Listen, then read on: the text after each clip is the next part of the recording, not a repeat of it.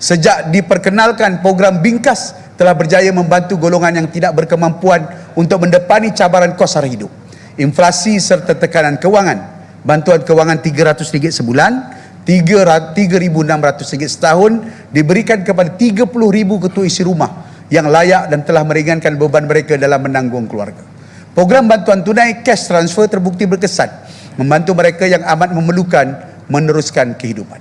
Kerajaan negeri tetap menumpukan perhatian kepada golongan yang hidup dalam kesunyian dan kekurangan, warga emas yang uzur, pesakit terlantar serta individu yang mengidap penyakit kronik dan tidak lagi berupaya menjana pendapatan.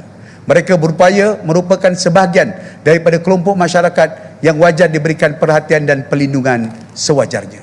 Berdasarkan data rasmi IKASih, terdapat 1,300 ketua isi rumah dalam kategori-kategori di atas yang mungkin boleh jatuh di dalam kelompok miskin mutlak jika tidak dibantu.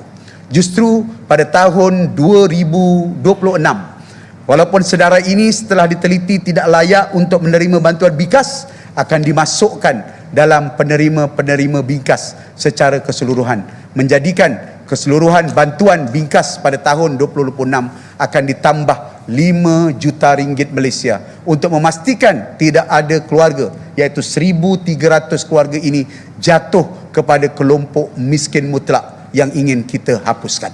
Dan saudara ini akan dikemas kini bagi setiap tahun atau setiap 6 bulan oleh jabatan kita dan agensi kita menyantuni kelompok ini. Kerajaan negeri memperkenal satu inisiatif khas tahun 2026 dengan peruntukan yang saya sebut 5 juta. Program ini dinamakan Bingkas Tambahan ataupun Bingkasan yang akan dilaksanakan dengan kerjasama agensi pelaksana iaitu YAWAS dan juga Cell Care Management serta pelarasan oleh pemantauan bersama Unit Perancang Ekonomi Negeri UPEN dan Pejabat Pembangunan Negeri, Pejabat Daerah, Pejabat Tanah serta Jabatan Kebajikan Masyarakat bagi memastikan pelaksanaan yang bersasar dan berkesan, terutamanya pendaftaran keluarga IKASih. Bagi tujuan pelaksanaan Bingkas dan Bingkasan ini, kerajaan negeri memperuntukkan secara keseluruhannya RM103 juta Malaysia.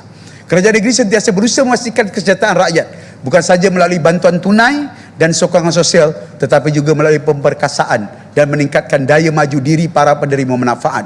Kerajaan negeri akan melaksanakan program rintis Bingkas Plus yang berfungsi strategi exit policy bagi penerima sedia dari ada program Bingkas.